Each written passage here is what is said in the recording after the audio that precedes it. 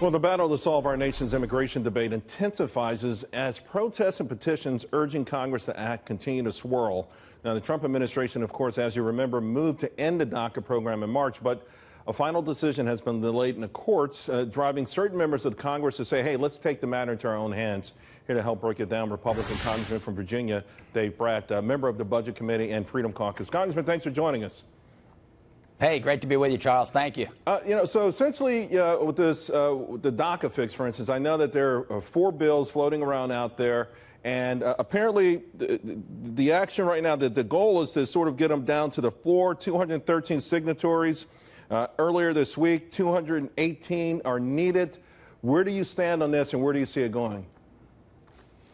Yeah, well, the new wrinkle is there's a group of 25 Republicans that are doing a discharge petition, and that leapfrogs over leadership, and they have a deal with Steny Hoyer and 200 Democrats to do Democrat policy, which is just a DACA deal with no border security. And so you'll end up with another DACA problem and border surges and all the issues we have right now in another few years if you go that route. And so the Republican Party in conference usually works through bills, and the Goodlatte bill is the only bill that has been around for 30 years. Everybody can Google Senator Obama back in 2005 was for most of the main points in the Goodlatte bill. E-Verify, which requires legal hiring, et cetera.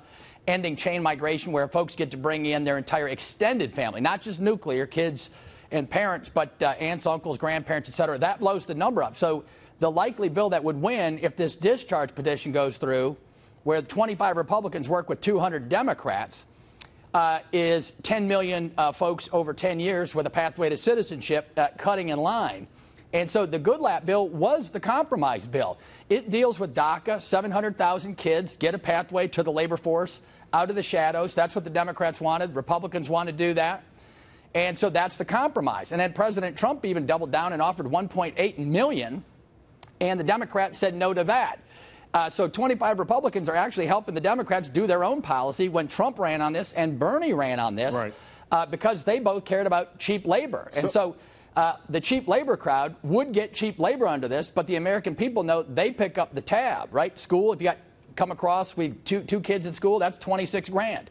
Who pays that bill? The American taxpayer. So emergency rooms, social services, and those kind of things. By the same token, you do have folks like Carlos Curbelo down in Florida, yep, who wants to get involved in this. He's been on our network talking about it. We know a lot of these people are involved in very tight races, and we know a lot of them are in districts with big Democratic votes.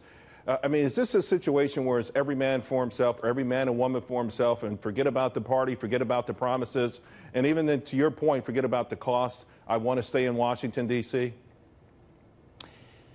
No, I know people have tough races, and that's understandable. But what's not understandable is we're working on a bill, right? So if you want to compromise, you compromise around the edges on the bill.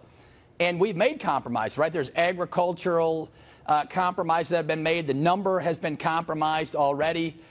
We've softened up some of the provisions, so the compromise is already sitting there. What we don't want to do is leapfrog over our own leadership and move toward the Democrat policy. Right. That doesn't make any sense. When you have the House and the Senate and the White House, the American people and Republicans, right, if you want to infuriate not just the base, but the entire mainstream Republican Party, this is a 60 to 70% issue for all Americans, even in Democrat districts. Sir, the Democrats aren't running on this for a reason. Let me ask, because if it does go to the floor and there's the sort of the top one and this compromise gets the votes, Paul Ryan has suggested that it will never become law anyway, that President Trump still would have the ability to stop this from ever becoming law. So are we just wasting our time here, or is this a legitimate threat for everyone?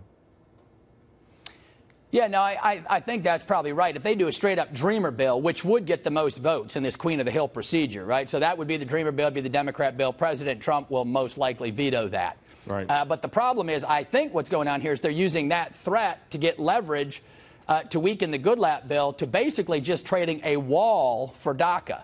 And a wall is good. It stops the drugs and it stops the border problem, but it doesn't end all the policy problems. And you'll have DACA because 50% of the immigration problem are visa overstays. Well, and anyone who's just begun to study the issue understands that's the basic issue, that when folks come in, they don't come back to the court date. They stay in the country. Sure.